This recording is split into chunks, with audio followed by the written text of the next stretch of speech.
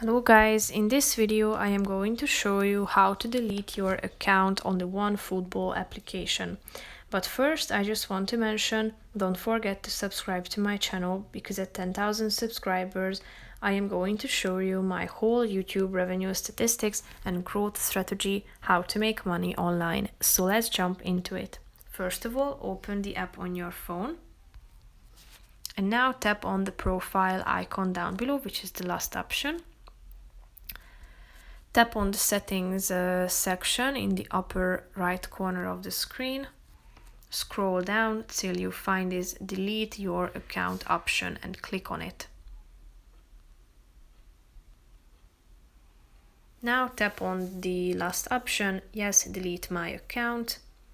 Tell us why you want to delete your account. And tap on delete my account down below. So now, as you can see, your account has been deleted successfully. So now you will be directed to the home page where you can create a new account if you feel like to do so. That's pretty much it for this video. I hope you found it helpful. If you did, consider subscribing and see you in the next video. Bye bye.